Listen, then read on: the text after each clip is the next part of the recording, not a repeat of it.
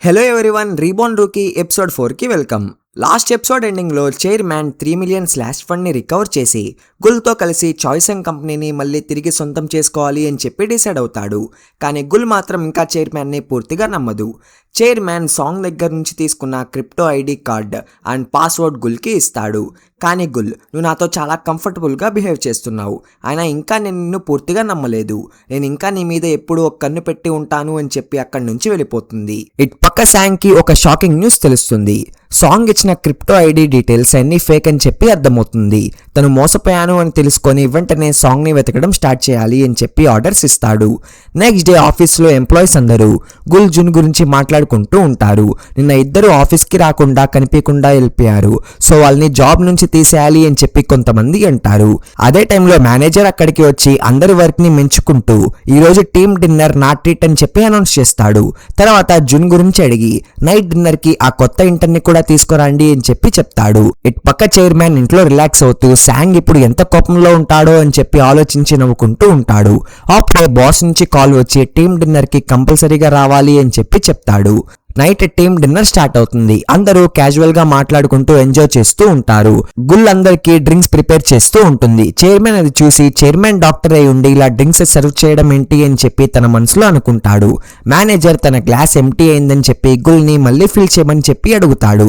Chairman కి కోపం వస్తుంది. వెంటనే అందరి వైపు చూసి ప్రతి ఒక్కరికి చేతులు ఉన్నాయి కదా, ఎవరికి కావాల్సిన డ్రింక్ వాళ్ళు పోసుకోవచ్చు కదా అని చెప్పి అంటాడు.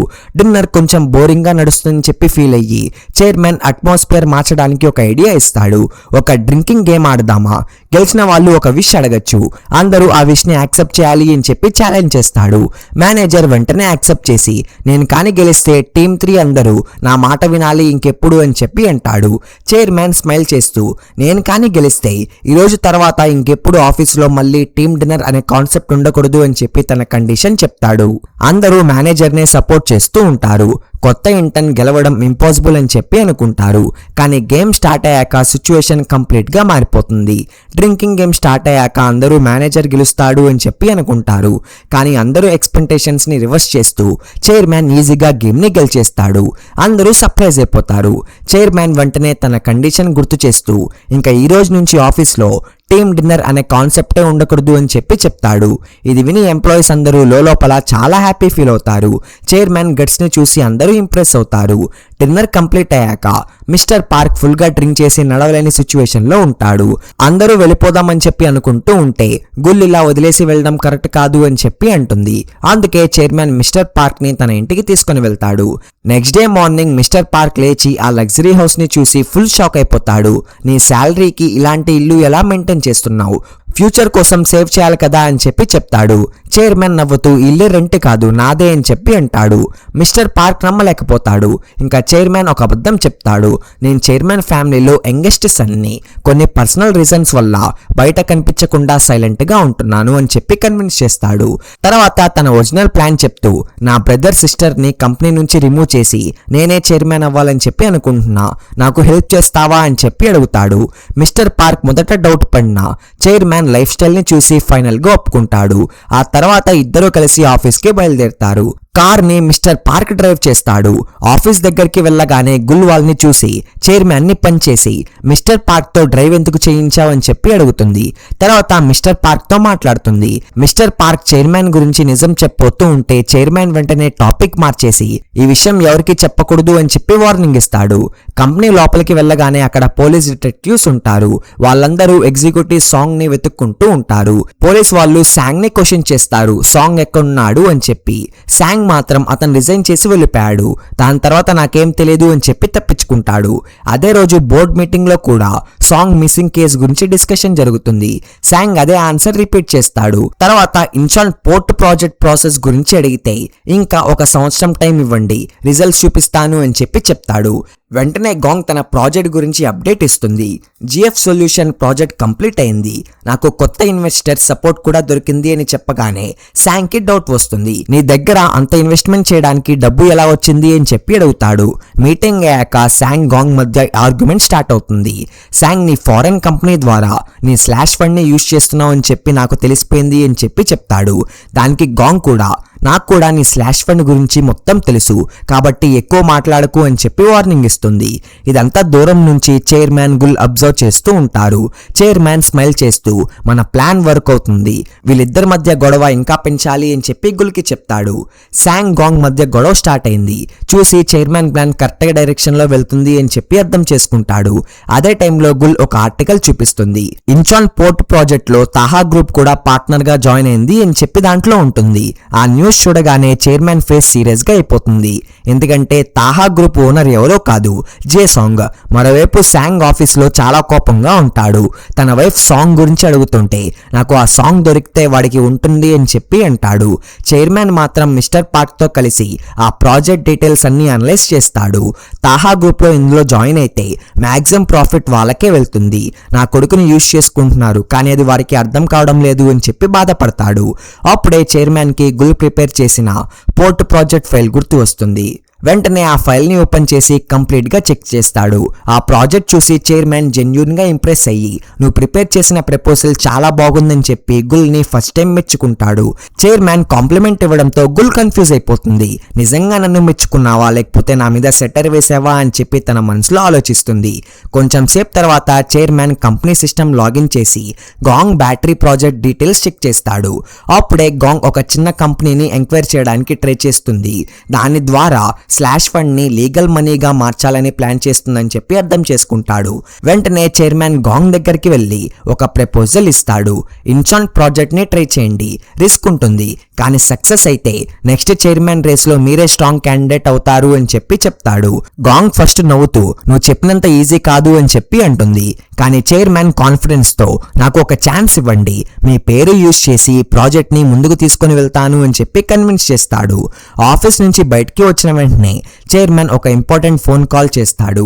చాయ్సంగ్ కెమికల్ నుంచి మాట్లాడుతున్నట్టు ఇంట్రడ్యూస్ చేసుకొని గాంగ్వాన్ సిటీ గవర్నర్ ని అర్జెంట్ గా కలవాలి అని చెప్పి అపాయింట్మెంట్ ఫిక్స్ చేసుకుంటాడు.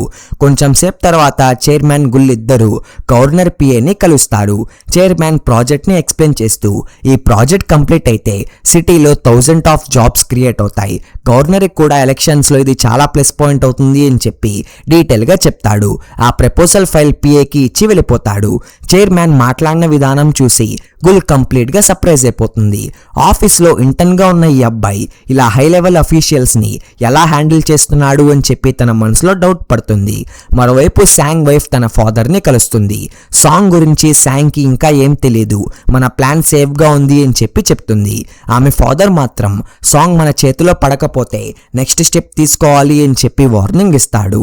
ఇక్కడ చైర్మన్ వైఫ్ ఇంట్లో సర్వెంట్ లాగా పనిచేస్తూ ఉంటుంది. ఇంట్లో ఉన్న వాళ్ళందరూ ఆమెని ఒక ఫ్యామిలీ మెంబర్ లాగా కాకుండా పని మనిషిలాగా ట్రీట్ చేస్తూ ఉంటారు. కలిసి భోజనం చేయడానికి కూడా అలో చేయరు. ఇదంతా చూసి గుల్ కి చాలా బాధ కలుగుతుంది. అదే టైంలో శాంగ్ మేయర్ తో కలిసి ఇంచాన్ ప్రాజెక్ట్ గురించి డిస్కషన్ చేస్తూ ఉంటాడు. ప్రాజెక్ట్ అప్రూవల్స్ కోసం లంచం కూడా ఇస్తాడు. ఇదంతా దూరం నుంచి మిస్టర్ పార్క్ సీక్రెట్ గా ఫొటోస్ తీస్తూ ఉంటాడు. ఇవన్నీ ఎవిడెన్స్ గా యూజ్ అవుతాయి అని చెప్పి ఇటుపక్క చైర్మన్ గుల్ ని ఇంటికి డ్రాప్ చేయడానికి వస్తాడు. అక్కడ తన ఒరిజినల్ వైఫ్ ని చూసి కొంచెం ఎమోషనల్ అవుతాడు. ఆమె జున్ని చూసి నా హస్బెండ్ నిన్ను యాక్సిడెంట్ చేశాడంటే నేను నమ్మలేను అని చెప్పి చెప్తుంది. ఆ మాట విని చైర్మన్ సైలెంట్ అయిపోతాడు. ఇంట్లో గుల్ తన మదర్ ఎంత కష్టపడి పనిచేస్తుందో గమనిస్తుంది. నెక్స్ట్ డే తన మదర్ కి హెల్ప్ చేయాలి అని చెప్పి డిసైడ్ అవుతుంది. హోటల్ నుంచి ఫుడ్ ఆర్డర్ చేసి అందరికీ ముందే అరేంజ్ చేస్తుంది. గాంగ్ కి నార్మల్ ట్యాప్ వాటర్ సర్వ్ చేసి అది స్పెషల్ వాటర్ అని చెప్పి నమ్మిస్తుంది. గాంగ్ కూడా తెలివి తక్కువగా అది ఎంజాయ్ చేస్తుంది. మరోవైపు మిస్టర్ పార్క్ శాంగ్ అకౌంట్స్ ని ఇన్వెస్టిగేషన్ చేసి స్లాష్ ఫండ్ ఎక్కడి నుంచి ట్రాన్స్ఫర్ అయిందో కంప్లీట్ లిస్ట్ ప్రిపేర్ చేసి చైర్మన్ కి ఇస్తాడు. చైర్మన్ ఆ ఫైల్స్ ని చూసి శాంగ్ చేసిన ఫైనాన్షియల్ ఫ్రాడ్ మొత్తం క్లియర్ గా అర్థం చేసుకుంటాడు. వెంటనే చైర్మన్ గాంగ్ దగ్గరికి వెళ్తాడు. అదే టైంలో గవర్నర్ పిఏ అక్కడికి వస్తుంది. చైర్మన్ డైరెక్ట్ గా గవర్నర్ ని కలవాలి, ఈ ప్రాజెక్ట్ సిటీకి బెనిఫిట్ అవుతుంది అని చెప్పి కాన్ఫరెన్స్ తో మాట్లాడతాడు. గాంగ్ మాత్రం చైర్మన్ కాన్ఫరెన్స్ చూసి సర్ప్రైజ్ అవుతుంది. చైర్మన్ బయటకి వచ్చిన తర్వాత టీవీ ఆన్ చేస్తాడు. న్యూస్ లో ఇంచాన్ మేయర్ రిజైన్ చేస్తున్నాడు అని చెప్పి లైవ్ గా చూపిస్తారు. కరప్షన్ ఎవిడెన్స్ గా బయటికి వస్తుంది అని చెప్పి భయపడి మేయర్ రిజైన్ చేస్తున్నాడు అని చెప్పి తెలుస్తుంది. ఇది చూసి శాంగ్ కి పెద్ద షాక్ తగులుతుంది.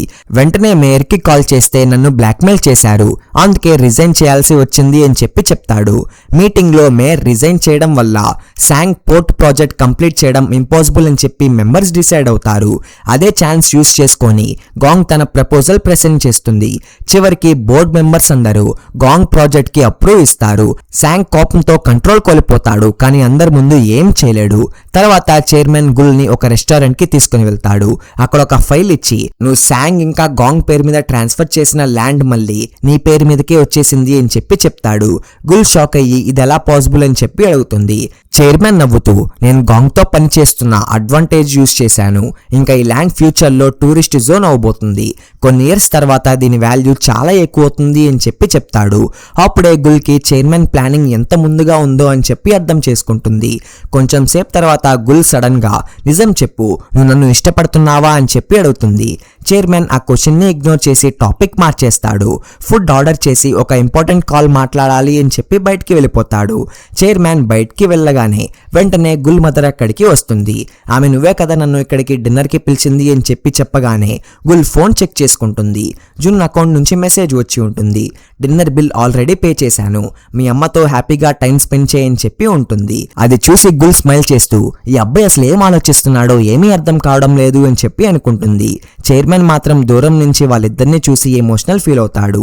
నైట్ చైర్మన్ తన సీక్రెట్ గరాజ్ కి వెళ్లి కార్ ని చెక్ చేస్తూ ఉంటాడు. అప్పుడే గాంగ్ తన మనుషులతో అక్కడికి వస్తుంది. చైర్మన్ ని చూస్తూ స్మైల్ చేసి, నువ్వు ఎవరో నాకు ఇప్పుడు తెలిసిపోయింది అని చెప్పగానే చైర్మన్ ఫేస్ సీరియస్ అయిపోతుంది.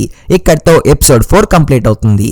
ఐ హోప్ మీకు వీడియో నచ్చింది అనుకుంటున్నాను. ప్లీజ్ వీడియోని ఖచ్చితంగా లైక్ చేసి ఎలా ఉందో కామెంట్ బాక్స్ లో చెప్పండి. అండ్ నెక్స్ట్ వీడియోస్ కోసం ఛానల్ ని సబ్స్క్రైబ్ చేసుకొని పక్కనే ఉన్న బెల్ ఐకాన్ యాక్టివేట్ చేసుకోండి.